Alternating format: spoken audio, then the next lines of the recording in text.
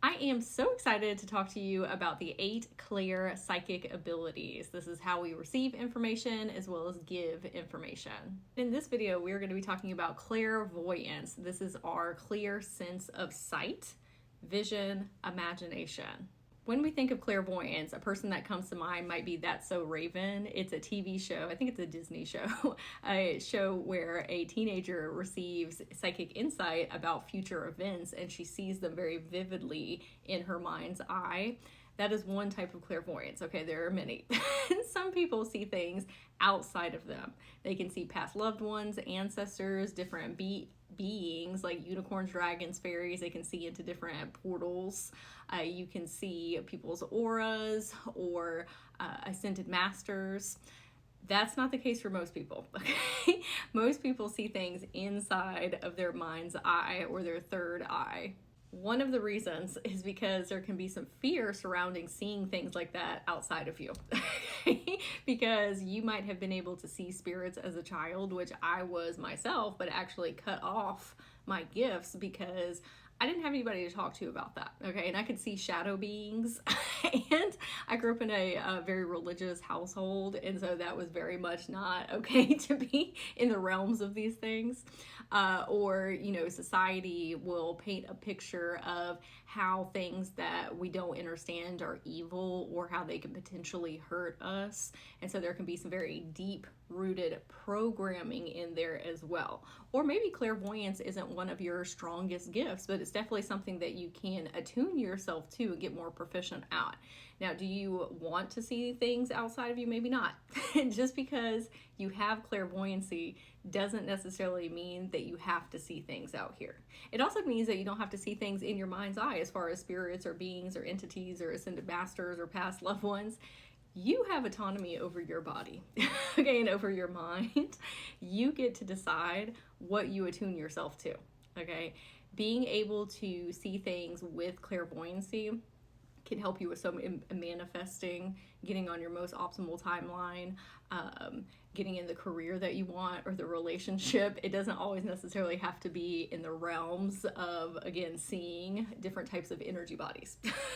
So this is where you have to kind of do a deep dive in self and say, what exactly do I want out of these spiritual gifts? Not just clairvoyancy, but all 8. Okay, you get to decide how you interact with your spiritual gifts and abilities and what you want on the other side of them. So I always like to say that because everybody's at different places and spaces on their journey, and maybe that's not your modus operandi.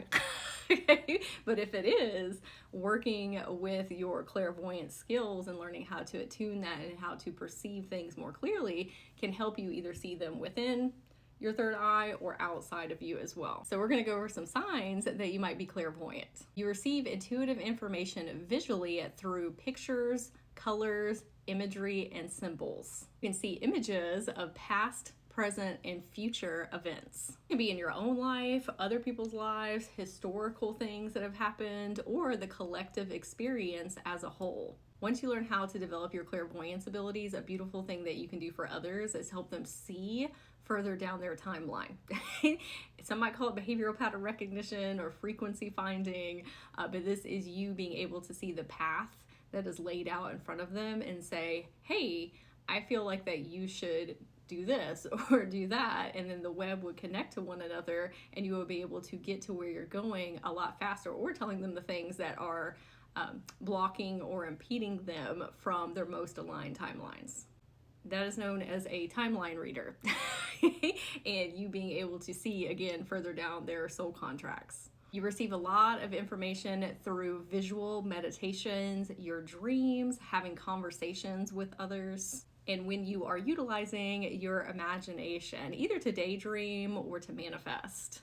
You can perceive auras around people, like see the different colors that envelop them, or see the bigger energy field that surrounds them. You love visually beautiful things like art, photography, nature, interior design, fashion, and architecture. You are more of a visual learner and might be really good at visual spatial tasks like reading maps, and are really good at directions. And this can also include putting puzzles together or getting some furniture like from IKEA and reading the instructions and being able to put it together very easily. out of the corner of your eye, or maybe even not out of the corner, but just around you, you can see orbs floating around, which are indicative of spirits being near you.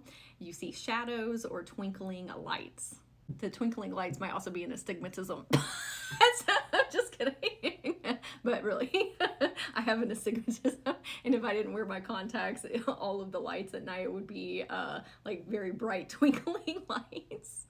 You might be a big fan of visually creative expressions like drawing, painting, coloring. You might also be a very avid reader.